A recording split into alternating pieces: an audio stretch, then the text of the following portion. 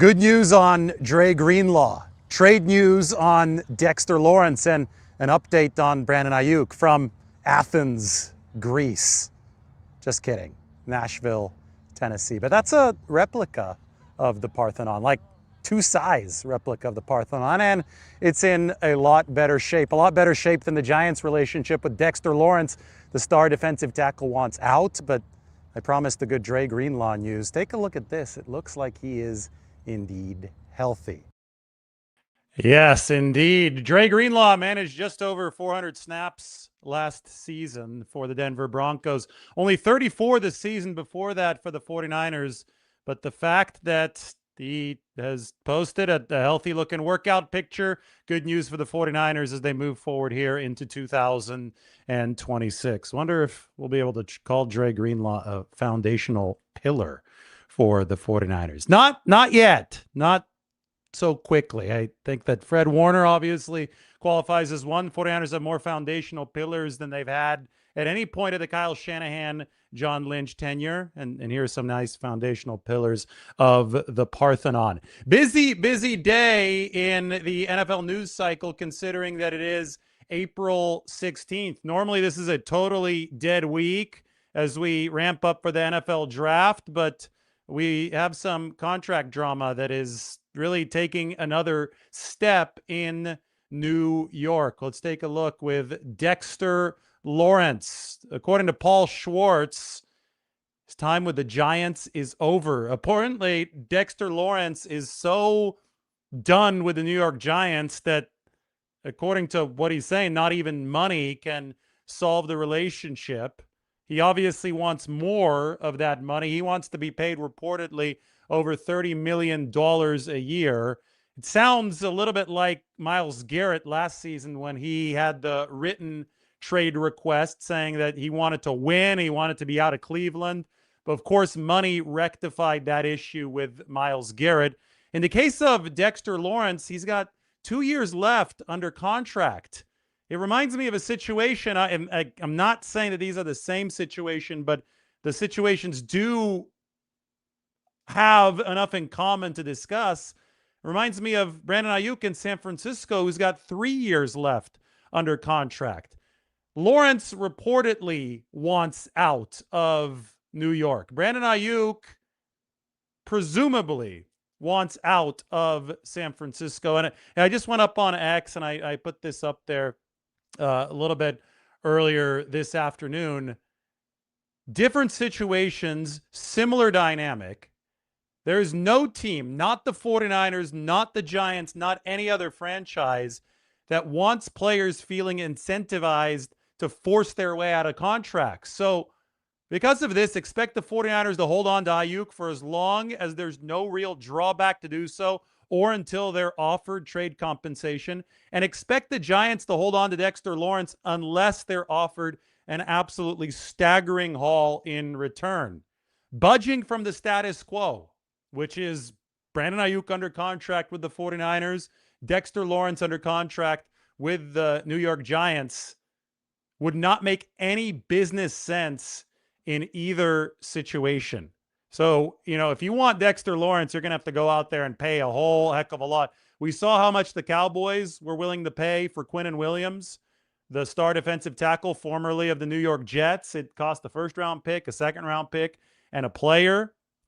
I think that Dexter Lawrence commands even more than Quinnen Williams, and the Giants can wait for that price. I mean, he did not have a great year in 2025. Nobody is pretending that he did, but he was also double teamed at a higher rate than anyone else in the NFL. He was double teamed about 65 to 70% of the time.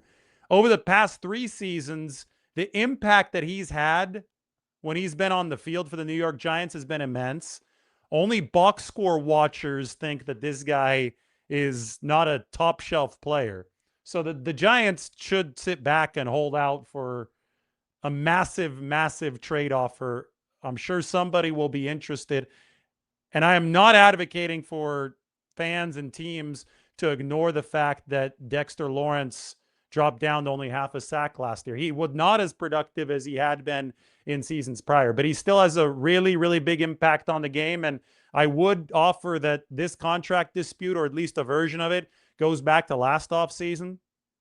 And it seems that he might have come in out of shape, according to some reports, into the New York Giants building last year. Might have had something to do with the drop-off in production. If he goes to another team, if somebody is willing to invest a whole heck of a lot in him, and obviously also give him a new contract, because that might be a prerequisite for Dexter Lawrence, who now ranks down near number 10 of defensive tackles. But I mean, some of the statistics, especially before 2025, indicate he should be paid top 2. Chris Jones is number 1 at over $30 million a year now. If he feels wanted somewhere and is motivated, then I don't think there's any reason to believe he's anything but an absolute A-list player. Would the 49ers go after Dexter Lawrence? Likely not. I mean, of course, make a call, but they've already added at the defensive tackle position. That is Osa Odigizua. It is a different DT position, though. I think that's something that has to be emphasized as we look at how the 49ers are building this roster. We're talking about foundational pillars for San Francisco. They do have a new foundational pillar that they have acquired for defensive tackle. You see that shaded here in yellow, and Osa Odigizua. But that is the 3-technique defensive tackle position. Dexter Lawrence plays the nose. He plays the 1-technique. And that's what makes him so valuable, is that he's, 330, 340 plus pounds, but who knows? He might have even been 350 last year when he came in, reportedly, allegedly overweight. But the bottom line is that he's much, much heavier than the typical 3-technique. And the Osa Odigizua might even be on the light side for a 3-technique, somewhere around 290 pounds. The lighter a player is, the more you expect them to be oriented toward pass rushing, because they're going to be more athletic. Osa Odigizua is obviously a pass rushing 3-technique, but he's a 3-down player as well. He could stay on that field on pass downs. Somebody like Dexter Lawrence is so valuable because he plays that 1-technique position, which is the double team absorber, the run stuffer. He plays that at an elite level, but it also, over the course of most of his NFL career, he has generated big time pressure. Last year, I mean, he still had good pressure numbers. He just didn't have good sack numbers last season. But Warren Sharp does a really good job of illustrating some of these stats. I've got a good Warren Sharp Dexter Lawrence stat for you, just to give you guys some perspective. And first, perspective on Osa Odigizua: 52 pressures last year. 49ers defensive tackles combined had 56. Now, in the case of Dexter Lawrence, these are pressures when aligned at that nose tackle, that 1-technique, since 2022. Dexter Lawrence is 108. And now I can't even scroll all the way down here. This is just a screenshot that I took of Warren's tweet. But I'm scrolling down. I'm down at 42. I'm down at 33. Okay, finally I got down to number 32. 32 pressures. So there's nobody between this 108 and 32, or 30. Yeah, there's nobody between those two numbers. At 32, it's Vita Vea. 28 is DJ Jones, the former 49er, and DJ Reader, a pair of DJs. So nose tackles typically do not pressure the quarterback. Dexter Lawrence has been able to do that 108 times. Remember, the next highest number since 2022 is Vita Vea at 32. If you guys want photographic evidence, I can give it to you right here. It's just too long of a list to put all in one picture. But here's the top of the list: Dexter Lawrence at 108, Vita Vea at 32. So, I mean, you look at that kind of dominance, and yes, you factor in the 2025 relative struggles on the stat sheet and sacks, but not really in pressures. He was still pressuring the quarterback. You look at that and you see a player that, yeah, maybe the 49ers, that it's not a completely foreign concept to see San Francisco investing a boatload of draft capital and saying, no, yeah, we want this player because he's so good. We want this guy on our team. I don't think it's likely, but when a guy has been this dominant, it cannot be ruled out. And that's why we're talking about it. But I think that this is a more important discussion for a larger contractual level in the NFL. I think that teams are paying really close attention to this, and teams are paying really close attention to the Brandon Aiyuk situation. And I know that they're very different. I know Dexter Lawrence has actually been in the building. I know that he's been playing at a high level. Brandon Aiyuk hadn't played since week 7 of 2024. But anytime you have a player on a big contract, and he tries to force his way out. And presumably that's what Brandon Aiyuk is doing. It's hard to know for sure because we haven't actually heard from Brandon himself in such a long time. And it seems that reportedly that's what Dexter Lawrence is doing. The rest of the league watches this really, really closely because these guys signed mega deals. I mean, these guys signed really, really big contracts with their respective teams. And if a team just folds in a situation like this, I think that it sets really dangerous precedent for the other teams business-wise in the rest of the league. The 49ers facilitated Brandon Aiyuk's exit. If they opened the door, rolled out the red carpet for him to walk out, well, it might embolden other players to pull something similar. And I know that Brandon Aiyuk has gone to some lengths to do this. He's given up 2026 guaranteed money. There's no way that he finds a deal for 2026 as big as the one that he signed back in 2024 was set to pay him this season. So obviously he's sacrificed financially to presumably set himself up for an exit. But at the same time, he's also screwed over the 49ers. They didn't have an X-wide receiver in 2025. They needed one down the stretch in 2025. I mean, they suffocated by lack of separation against the Seattle Seahawks in that final game. Somehow Brock Purdy led the 49ers to a win over the Philadelphia Eagles, despite the fact that they couldn't separate downfield, especially after George Kittle got hurt in that wild card playoff game. So somehow the 49ers overcame as much as they did. But the fact of the matter is that they put a lot of eggs in the Brandon Aiyuk basket when they didn't trade him and when they paid him that contract before the 2024 season, and he burned them. He absolutely burned them. He didn't practice, obviously, in training camp in 2024. He got hurt in week 7. It looked like he was going to come back in 2025, and then he went MIA. And the 49ers aren't happy about it. And, you know, there a lot of casual advice out there is, oh, San Francisco needs to just cut bait, let him go. And it's like, why? So another team can scoop him up for essentially free if they sign him to the league minimum sooner rather than later. As we've seen, especially for wide receivers, training camp is very, very important. When Brandon Aiyuk didn't go to training camp in 2024 because of the hold-in, he was terrible once the season started. It was not the same player. He was dropping passes. He didn't have the same rapport with Brock Purdy, so the ball wasn't going his way nearly as often. He's been out of game action since that week 7 season of 2024. And now, assuming he's healthy enough to play, that's another wrench in this Brandon Aiyuk situation. But assuming he's healthy enough to play, if a team like the Commanders wants him, and if they're relying on him to be a part of their receiving room, I think they very much would like him in their training camp to avoid the rusty situation that we saw in 2024. But the 49ers can hold Brandon Aiyuk without really a drawback. He only takes up a 90-man roster spot. They can hold him throughout all of training camp, and they can actually force a prospective suitor to trade some draft capital with them if that suitor wants Brandon Aiyuk in their building sooner. It's a fascinating situation. Again, it's different than the Lawrence situation when you get down to the granular level, when you get down to the fact that Aiyuk has not been at the facility, but it's similar by the sense that both of these guys seem to want out of their current situations and are under contract moving forward. For Aiyuk, the 49ers can theoretically hold him all the way up until September 1st without owing him any money. And money will not trigger unless Brandon Aiyuk actually shows up. So they can keep the ball in Brandon Aiyuk's court. They can make things really, really awkward. They can say, well, you need to show up to training camp. You need to actually participate in practice if you are healthy, and you need to, put full effort into it, or else you're not going to be living up to the terms of your contract. And at that point, Brandon Aiyuk might actually start developing some serious trade value that he doesn't have now for the 49ers. If other teams see video of him running around on the practice field, like the 49ers can force all of that to happen, or else Brandon Aiyuk is not in line for the option bonus that is supposed to trigger $24.9 million on September 1st.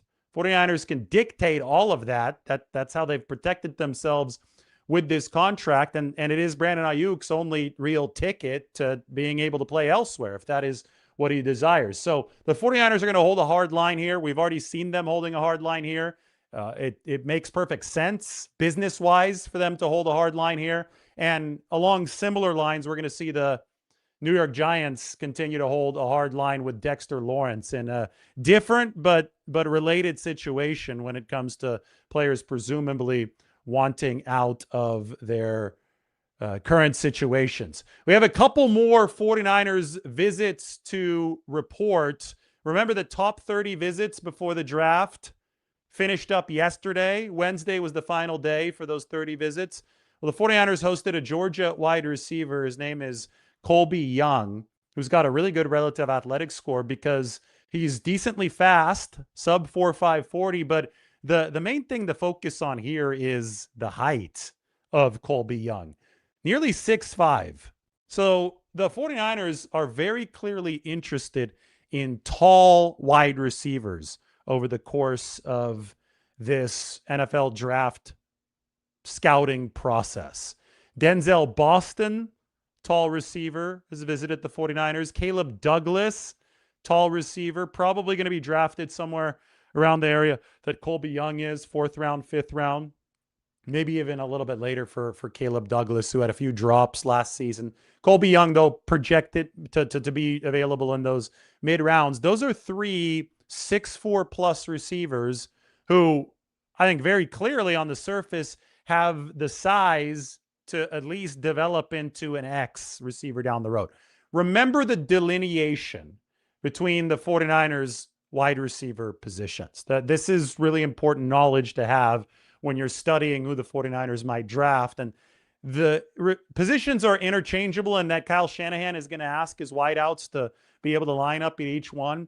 But he still needs the specific skill sets to perform each of the respective positions at a greater rate of the time, right? So even if somebody has to play both the X and the Z, they're going to be lined up primarily at the X or primarily at the Z because they have different responsibilities out on the football field. So the X is the most valuable wide receiver position because it's the hardest one to fill physically. You either need size or you need speed, and preferably you need a combination of both to play the X. The reason for that is because the X is the split end, and by football formational rules, the X is going to be lined up right on the line of scrimmage. The X is not coming in motion. Schematically, the X is often going to be occupying the defense's best cornerback. In terms of the 49ers run game strategy, the X wide receiver is asked to block a whole heck of a lot. And the X wide receiver is also a tether point because he's a split end, because he is on the line. He influences the safety. If he's a good enough receiver, the safety is going to think about shading toward the X. If the safety moves, the run game has more lanes to work with. So if you don't have an X receiver, I mean, I talked about foundational pillars, right? We were talking about the fact that the Parthenon is held up by these pillars. Well, one of the foundational pillars of a Kyle Shanahan offense is the X receiver position. If you don't have the X, it impacts the run game, and of course it impacts the pass game because you don't have that split end attracting attention on his side of the field. The 49ers didn't have an X last year because Brandon Aiyuk was MIA.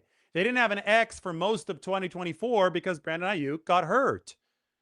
The 49ers decided to pay Brandon Aiyuk as much money as they did entering 2024 because the X receiver is so important to this football team. It is a foundational pillar of the offense. So now with Aiyuk very likely on his way out, the 49ers are looking to re-solidify the X receiver position. That's why they signed Mike Evans. He is a prototypical X.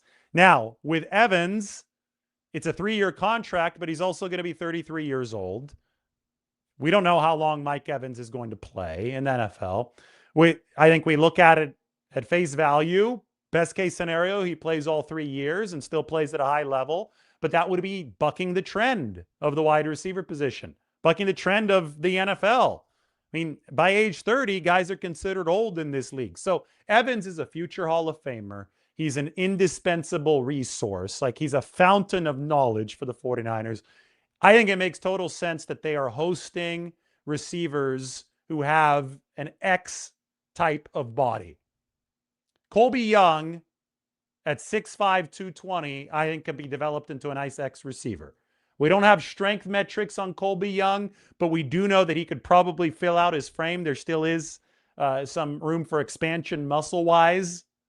We look at Caleb Douglas. There obviously is room for expansion muscle-wise. And Douglas didn't play the X receiver in college. He played at Texas Tech, and he played in a spread system, and he played the Z receiver, which I'll explain in a bit. But I think that the height lends itself to potential X developmental ability for somebody like Caleb Douglas. And then there's Denzel Boston, who visited San Francisco, and he's a prototypical X. He played the X in college. He's strong enough already, I think, to be a factor at X now. If you drafted Denzel Boston, then I think he would be a direct understudy of Mike Evans, and it would be actually very seamless, but that all would depend on the 49ers actually going wide receiver with at least one of their first two picks, probably with their first round pick, because it seems there's going to be a run on wide receivers in that first round.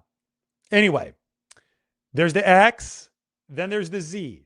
The Z receiver position is where Ricky Pearsall plays right now for the 49ers. And the Z is what we call the flanker in the NFL. So at the Z receiver position, you're going to be off the line of scrimmage. You're going to be able to come in motion a lot more often. You're not just going to be tethered to a certain spot like the X, like the split end against the best cornerback. You're typically going to get to work against the second best corner. You might even have some zone handoffs in that situation. You're moving so you can manipulate the defense. You can create a little bit of separation even before the snap as the Z receiver. It typically does not take quite as much to get open as a Z, typically. I'm just saying in general. And it's a spot where you're going to put somebody who doesn't really have overwhelming size. You're going to put somebody who's a good move receiver. You know, you're really slick guy, Slick Rick. They call that. That's Ricky Pearsall's name. He's a very, very good Z wide receiver. So somebody like Caleb Douglas played the Z in college when he was as effective as he was for Texas Tech, when he led that team in catches. There are questions about whether or not a prospect like him would be able to blossom into an X, because people wonder, is he strong enough to be able to handle the added responsibilities, the X receiver position? To that, I'll say, I don't know, but the 49ers are evaluating all of this ahead of the NFL draft. All right, next visit. This was another defensive tackle whom the 49ers hosted. And the cool thing about this, you see Texas A&M, and they were a very good defensive line last year. 49ers hosted a couple, Texas Tech was the better defensive line, but the 49ers have hosted a lot of Texas school guys and two Texas school defensive linemen. Tyler Onyedim, who is a defensive tackle by positional title, but somebody who has played across the entire line, was another one of their top 30 visits. This guy transferred from Iowa State. So you're wondering what that means in terms of the 49ers quarterback. Well, you guessed it right. Tyler Onyedim was a teammate of Brock Purdy's to begin his college career at Iowa State. Here is a look. There's an account called Bengals and Brews. I'm sure that they talk about Cincinnati Bengals football and drink some beer. But back in January, they did a nice little scouting report of Tyler Onyedim, the defensive tackle who would visit the 49ers about 3 months later. He's a really, really good run defender. And what's unusual about him, especially in terms of the defensive tackle position, he's got really long arms. He's got 34-inch arms. In general, you see both offensive linemen and defensive linemen with the longer wingspans, right? With the longer wingspans, you see both of those positions play on the exterior of lines because there's more space on the exterior. You're not playing in a phone booth. There's the football field's 53 and 1/3 yards wide. So when that's the case and there's nobody to the right of you, there are large expanses of grass. Guys will try to run the hoop around you. You just have to take care of more space. And well, the best way to give yourself an advantage, if there is a lot of space to either defend or a lot of space to conquer as a defensive end, is to have a nice long reach, because you can keep a blocker at bay, or as an offensive tackle, you can keep a defensive end blocked. So it is more rare to see somebody with the skill set of an interior lineman have long arms. But obviously, it can be an advantage even on the inside because you can keep a blocker disengaged from you. And somebody like Tyler Onyedim, who has lined up all over the formation in college, I think one of the reasons he's been able to do so, one of the main reasons he's been able to do so, is because of the long arms. 34-inch arms for Tyler Onyedim. And then the run stop rate, 11.7%, was high, one of the highest in the country. He's got a good spin move, as you can see here. Got some good violent pop in his hands. We can go back to the relative athletic score to see some of the other metrics, but 1,700 career snaps, has been a good run defender, has not had a ton of sack production, but we can go back to the defensive line discussion. Somebody like Cam Sample, speaking of the Bengals, former Bengal, whom the 49ers signed just last week, not a ton of sack production, but has been a good run defender and has been very versatile. And I think that versatility is something that the 49ers are really, really emphasizing along that defensive line, even more so than before. I know that Chris Kasarik always liked the ends to be able to line up a tackle and work with their longer arms against the guards on passing downs. But I think that Raheem Morris wants base down versatility at a level that the 49ers haven't really emphasized in the past. And that's why they signed Cam Sample last week. That's why they're looking at guys like Tyler Onyedim. The 49ers are in a spot where they're going to run a lot more five-man fronts. And Raheem Morris, the Falcons, when he was there, they ran more five-man fronts than almost any other team in the NFL. They call it the penny front. And you're going to have defensive linemen who are standing up in those fronts. You're going to have them dropping back into coverage because the offensive formation and the offensive plays are going to necessitate that. You need a little bit more adaptability in your base packages with your defensive ends and your defensive tackles if you're going to be interchanging a lot of these players. So I think that this is a really, really interesting prospect, another middle round guy. We know that the 49ers are loaded up with those middle round picks. The Tyler Onyedim size at 6'3", 290 makes him he's a little taller and a little bit lankier than somebody like Osa Odighizuwa.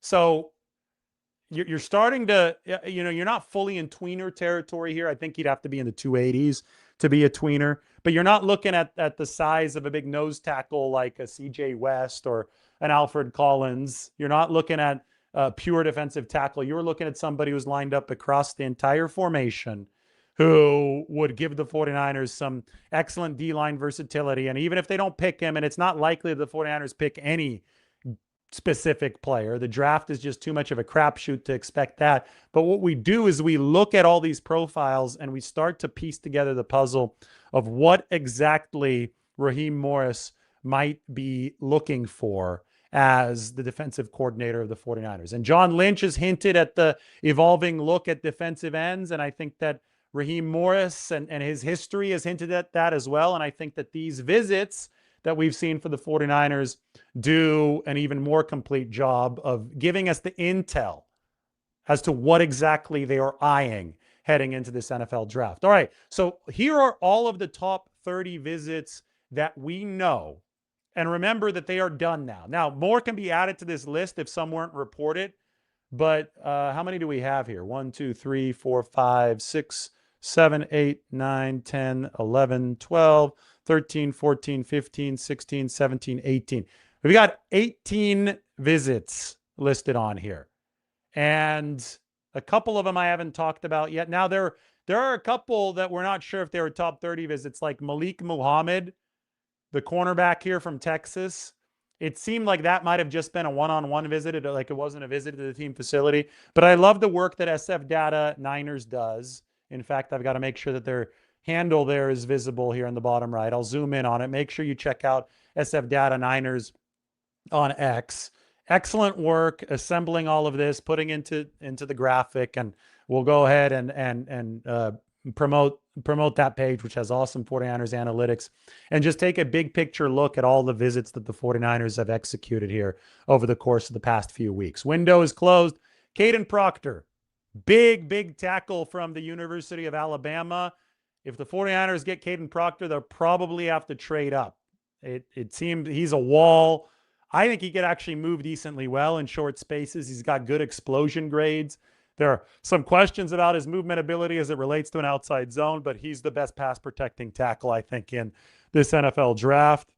If they picked him, he hadn't played guard, but if they did pick him, he could be one of the few players who can give you the guard tackle developmental transition. And by that, I mean start at left guard, move the left tackle once Trent Williams is finished. But they did host Caden Proctor, even if that might be a long shot in terms of availability at pick number 27 or wherever the 49ers can position themselves. They hosted a bunch of receivers, and I could go through them because we talked about receivers at the beginning of this show. But Omar Cooper out of Indiana, he is not one of the 6'4" guys. Omar Cooper, people have compared him to Debo because he has taken handoffs out of the backfield. He's not as thick as Debo Samuel, but I think he runs better routes. I think he's more of a Aiyuk Debo hybrid. He was on the national champions, probably will be a first round pick. You're looking at him lower first round, early second round, probably first round, given the expected run on receivers. And receivers definitely a position of need for the 49ers to fortify for the future. They hosted Caleb Lomu, the offensive tackle out of Utah. I want to be careful with my player comps, but the closest one to just give you guys picture of context for Caleb Lomu, I would think is Mike McGlinchey. Because like McGlinchey, Lomu is a bit lighter. He struggles against some of these bull rushes, but he's really athletic, and I think he could be a really good run blocker right away. McGlinchey was one of the best run blockers at tackle in the whole league right out of the gate, but his entire 49ers tenure was marred by some struggles in anchor down pass protection. So I think Lomu is tough to see the 49ers picking this year just because they seem very, very intent on getting better right away. And I don't see how Caleb Lomu would get them better right away. I don't think he could play guard right away unless he gets stronger, because you almost need more strength against those big, strong defensive tackles on the interior. So interesting visit, but man, he would have to get a lot stronger this offseason for the 49ers to feel comfortable with him against some bull rushes. And maybe he can, maybe it's a technique thing. I just see it as a longer developmental process, and I'm not sure that the 49ers are in position for something like that. Now, the opposite could be here with Casey Concepcion, one of the wide receivers. Now, we don't look at him as a big X. This is one of the smaller receivers that they could pick early. But the guy can return punts. They need a punt returner. He's electric, I think, when it comes to plug-and-play ability at obviously receiver. He's a separator. But I think that the 49ers could instantly plug this guy in on special teams and get something special out of him. Now, the question is, do they want to use a first-round pick, because you're going to have to use one, to get Casey Concepcion on a smaller wide receiver? Or are they so focused on getting their value at X because they're not sure about the future of Mike Evans beyond just 1 year? Who knows? I don't know how the 49ers are thinking. They have left themselves a lot of optionality here, which is good, which is how you have to handle the draft.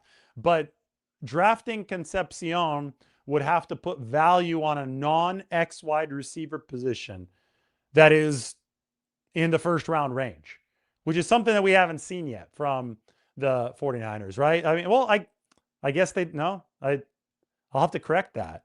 They drafted Aiyuk in the first round. He was an X in 2024. They did draft Ricky Pearsall, who's more of a Z, down at number, 31 in 2024. Aiyuk was in 2020. Ricky Pearsall was in 2024. So, I mean, given the Pearsall pick in 2024, I guess we have seen the 49ers venture into this territory, into the non-X size wide receiver territory. And the fact that in the first round, and the fact that Casey Concepcion has that return ability, I think is a big positive for him. Denzel Boston, moving down this list, really, really big receiver. Prototypical X. Would make a lot of sense if the 49ers decided to attack receiver in the first round. Malachi Lawrence, that's an edge rusher. I think edge rusher is the most likely 49ers pursuit in that first round, because the quality of the edge rushers drops off immensely after the first couple of rounds. And you need defensive linemen if you're the 49ers. You're significantly short at that position right now. So your need for an offensive lineman is not acute. I think your need for a left guard is fairly strong. But again, that's not been a premium position. Tackle has been for the draft. I think if you look at guards, and it's funny because the 49ers doesn't look like they have a single. Well, they have Alex Harkey down here. He's a guard at 219. He's listed as a tackle, but Alex Harkey is going to be a guard at the next level. I think that guard is a position that the 49ers really want to draft specifically. But when you look at and the balance between need and availability and where the draft is strong, it probably makes a whole lot of sense to go after the defensive trench early on in the entire process. Mike says that Debo was early second round. Yeah. So, yeah, but there's a difference, though, between number 36 overall, where Debo Samuel went, Dante Pettis went in the second round. These guys were not X receivers. Debo is not enough of a separator to be an X. Dante Pettis wasn't strong enough to be an X. Dante was a Z. Like Ricky Pearsall's the Z right now for the 49ers. The only time the 49ers have gone first round pick for non-X wide receiver is Ricky Pearsall. And as Mike points out, Pearsall's taller than Aiyuk, but I don't think Ricky's home position is the X. He can play it, but Ricky is best at that Z. He is best at the flanker spot where he can move around a little bit. He is a smooth mover there. I just think that the Pearsall pick, just going back to this for the receivers one more time, probably is evidence that the 49ers are willing to take a swing even outside of the X. And I think that receiver in general is important enough, especially given some of the separation issues and the health issues, which are obviously tied to the separation issues that the 49ers have had as of late. Then there's Chris Brazell II. Oh, look, there's another tall receiver. Talk about tall guys. Brazell, like a Caleb Douglas. I should have mentioned Brazell earlier. But like a Colby Young, like a Caleb Douglas, like a Denzel Boston, Chris Brazell out of Tennessee is tall. He's lanky. He could probably add a little bit of bulk. I think that is something that almost would be mandatory, but he is a candidate to play the X in the NFL. He has visited the 49ers. I mean, it's obvious that they're scouring wide receiver. And Mike has pointed out that anytime that the 49ers over the past 4 years have hosted 5 or more players from a specific position on top 30 visits, they have drafted the position. I can almost guarantee they're going to draft that receiver position. There's Romello Height, edge rusher. He's a really light, fast edge rusher from Texas Tech. You might have to use a top 2 round pick, maybe a second round pick on Romello Height. Remember, they don't have a third round pick. He's very fast, might need a year of bulking up though. So if they need somebody right away, but maybe they think his speed will be king and they can play him right away. He's going to be an interesting player, though, in the NFL, given the fact he's only 239 pounds trying to rush the passer from the exterior right now. Then there's Malik Muhammad. I'm not sure if he actually did have a top 30 visit, but he is on this SF Data Niners nice sheet. He's a cornerback out of Texas. Chris McClellan, defensive tackle out of Missouri, scheduled to be a late round, a middle round draft pick. He's a versatile defensive tackle, not a perfect game. Started playing football a little bit later. I think there's still some developmental meat on the bone. Travis Burke, a tackle out of Memphis. I talked about Tyler Onyedim. Alex Harkey is a mid-round guard out of Oregon. And the 49ers have a really good relationship. John Lynch is good friends with the Ducks head coach, Dan Lanning. Then there's a slower safety, Kendall Daniels, out of the University of Oklahoma, who actually, he's listed at safety right here. He's being drafted, or at least he's considered in the draft process as a linebacker. He played 3 years of safety for Oklahoma. So it could be a hybrid type of defender, although the speed is not blowing anywhere. It went away. 4.76 speed, probably why he moved from safety to linebacker at Oklahoma. Colby Young, tall receiver. Cole Wisniewski, somebody who led the nation, the FCS at North Dakota State with 8 interceptions a couple seasons ago, finished his college career at Texas Tech. Safety, a dark horse position for the 49ers to add to. We can talk a little bit more about that. And Jordan Hudson, the receiver out of SMU. So that is the 49ers top 30 list. I'm going to open this up to some questions. And we have a new member. You can sign up for a membership now. Bob has signed up. We just went through every single 49ers known visit. We've talked a lot about the potential trade news that is brewing today. We've talked about with Aiyuk. We started with Dre Greenlaw. I am ready to interact with all of you and thank Bob for becoming a member. You can do so on the desktop version of YouTube.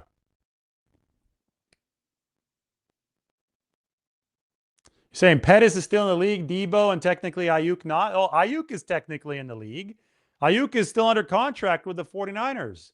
Still has a locker. He's still on the roster. Now, Debo right now not signed to a team, so I guess I understand what you're saying, but he hadn't filed retirement papers, and I'm sure he'll be playing for a team next year. But don't discount the technicalities with Brandon Aiyuk. He's still very much on the team. That drama is not yet over.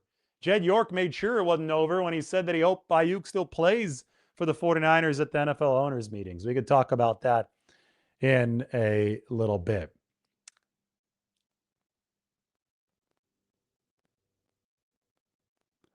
Desktop. Oh, well, you want YouTube to be open? Well, I could bring this up with YouTube. Maybe they should have the ability to sign up for subscriptions on your phone because, it's funny. We look at the breakdown of how users consume this show. Obviously, a ton of you are on mobile, but a ton of you are on TV now. This has become the new TV. And word leaked today that YouTube is in talks with the NFL to get 5 games this year. And one of those games might be the 49ers and the Rams in Australia. So I think that this is just furthering the status of YouTube becoming a big time TV set medium, right? Like YouTube, I think it started back in the day. People were all on their computers before or right around the time that iPhones came out, before you could actually have the internet on your phone. It has gradually developed a larger and larger mobile viewership.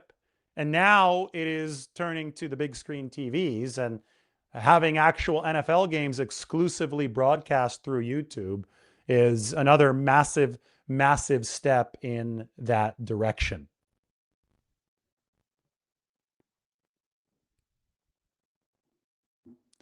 Any news on Joel Bitonio? He spoke to a reporter in Reno because he played for the University of Nevada at Reno for the Wolfpack over a decade ago. And he was back there for an event. And he said that he's still undecided, still deciding what team he would want to play with next year if he does play in 2026. I think that you could read easily in between the lines and see that Joel Bitonio is waiting for the NFL draft to pass so he can examine what the status is of opportunities around the NFL. He has said really nice things about Kyle Shanahan, his first offensive coordinator in the past.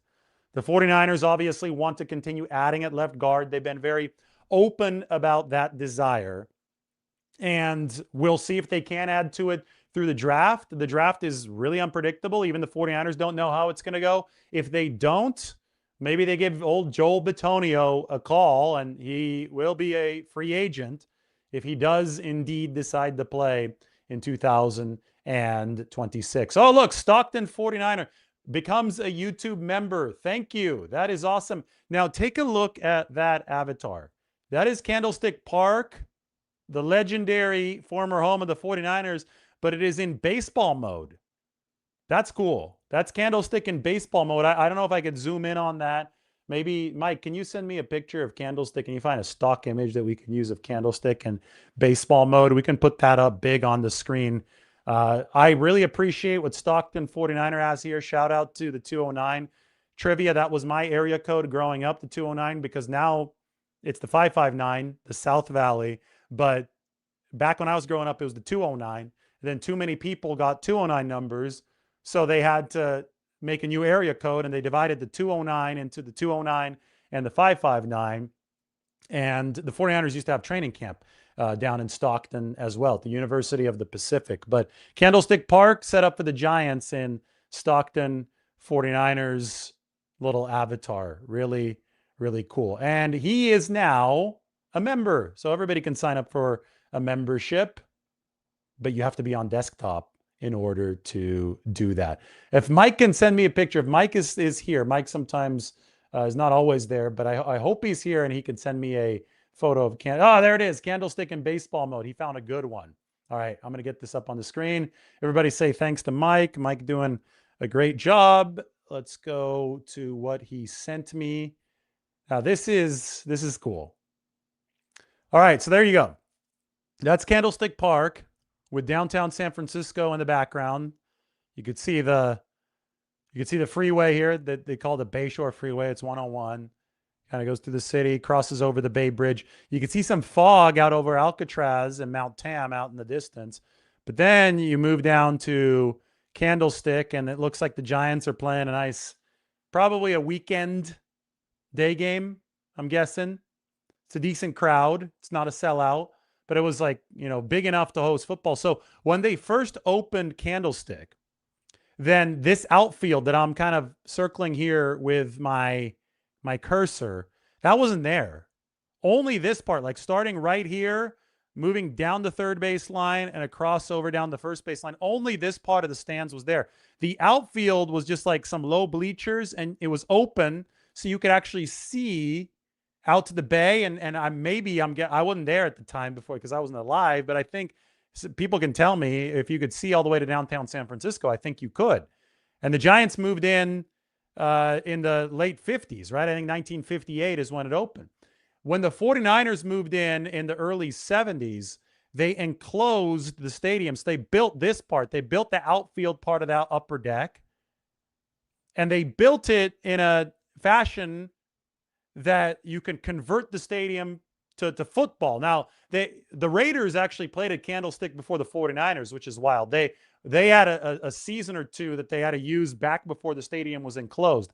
But they enclosed it for the 49ers, and then whenever the 49ers played, you'd be able to take this part of the bleachers or this part of the stands in right field, and they'd be able to slide it down.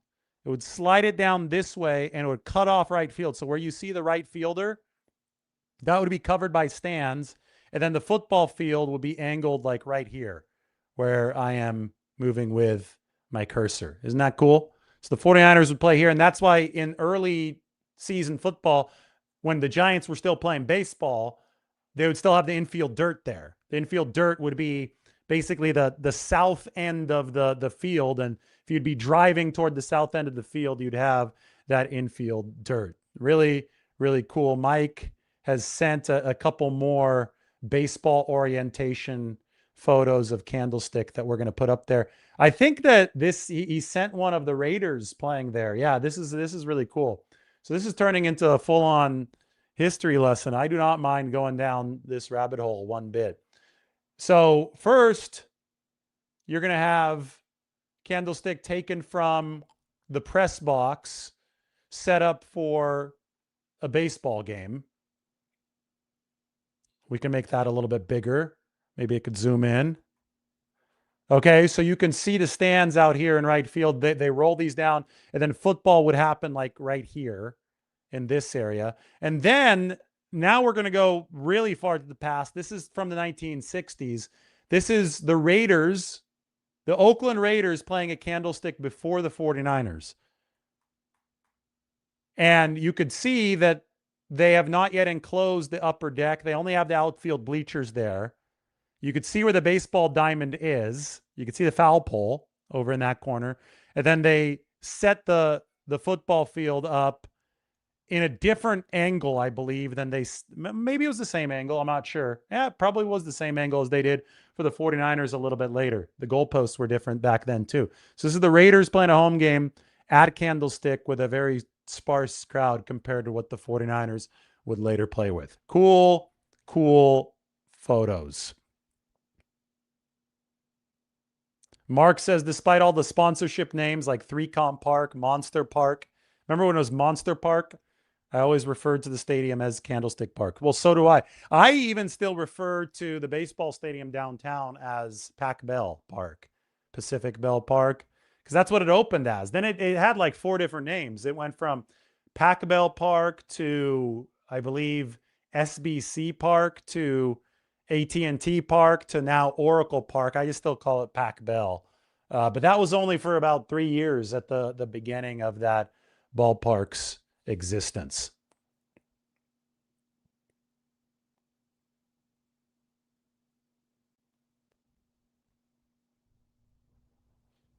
We got somebody talking crap about LA. I remember trash getting tossed from the stands at Dodger Stadium. LA will always suck. Well, I'll let you guys be the judges of that. I know we got a lot of LA 49ers fans in here, but I think that they'll understand the spirit of your comment. Dodger Stadium opened, I believe, at the same time as Candlestick back in 1958, and it's still there. The Dodgers have reinvested in it and do not plan to move anytime soon.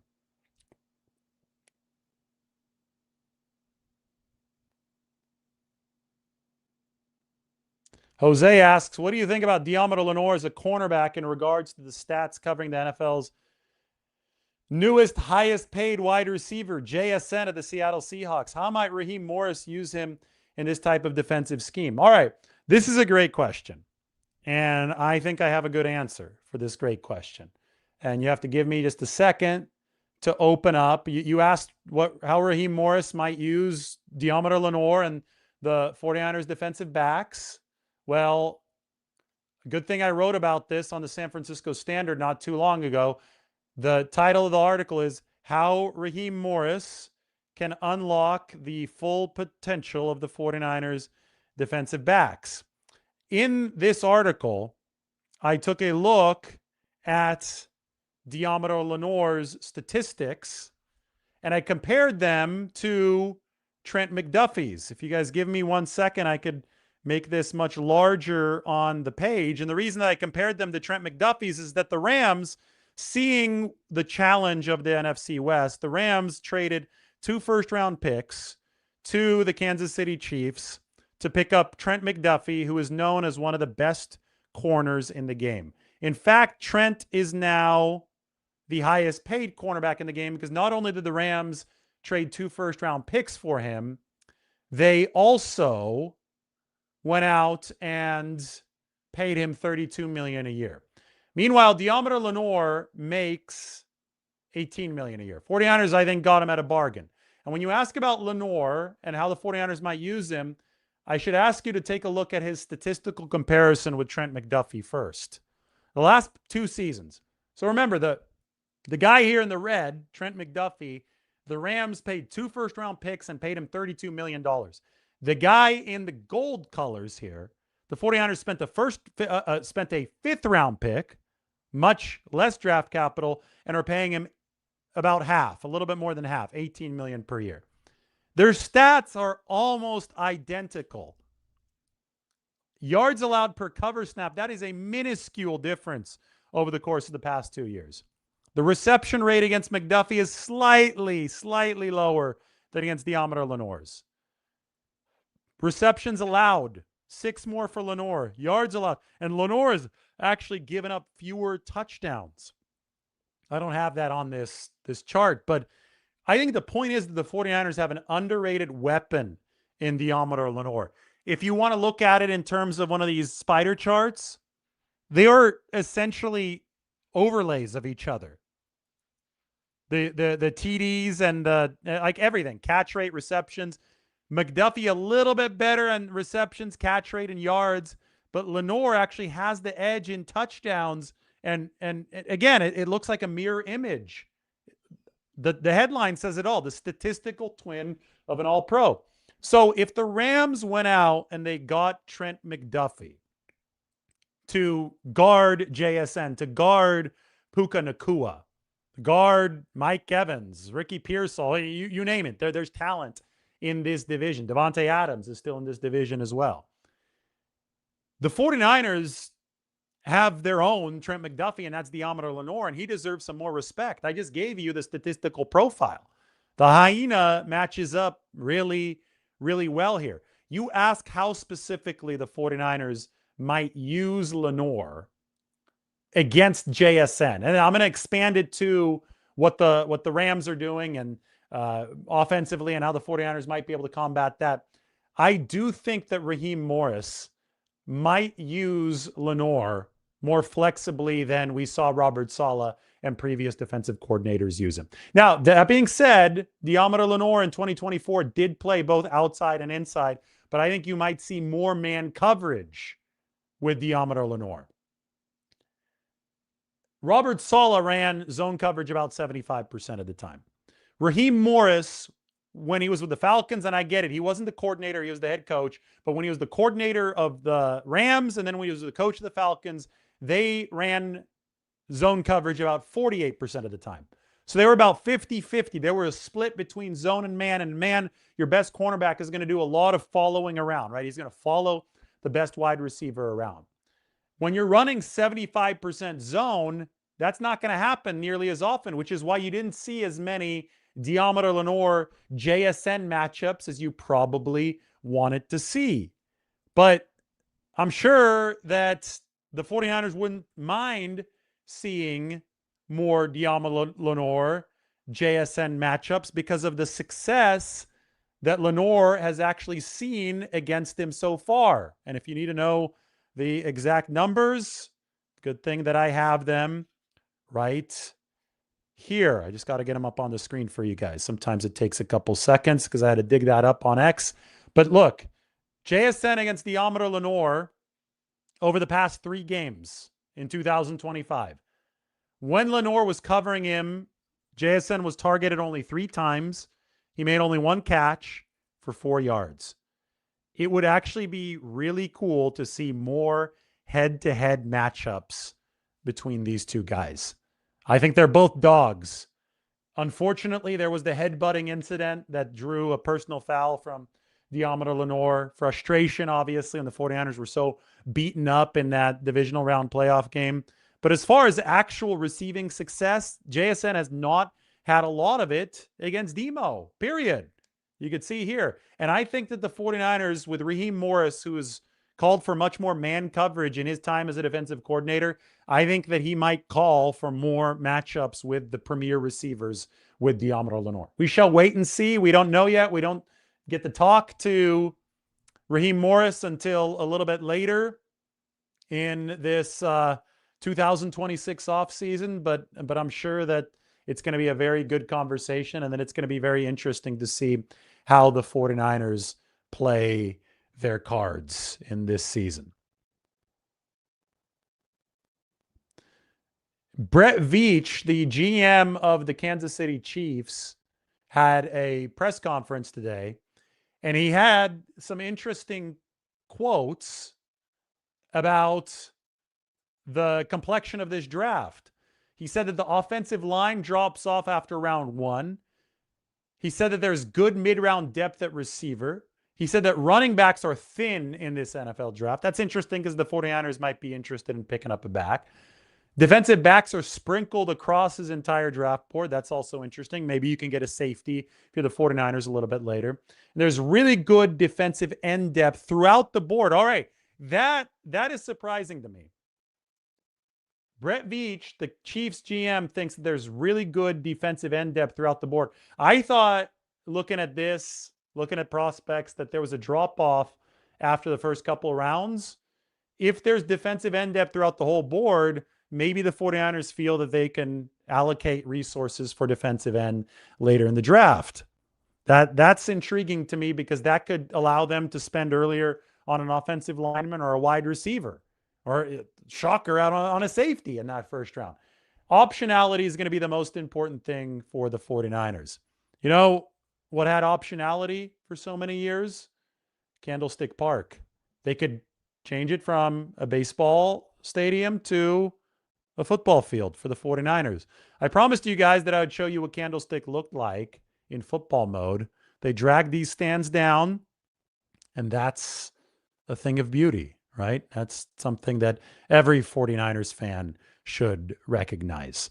Now, again, we can go back to what Candlestick was before then, a baseball field, and we could show the before and after.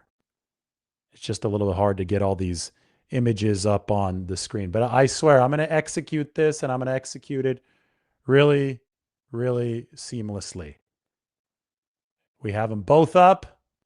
Candlestick in baseball form. Adaptability, optionality, just like the 49ers draft. Candlestick into football form. Back and forth they go. That is flexibility. We'll see you soon.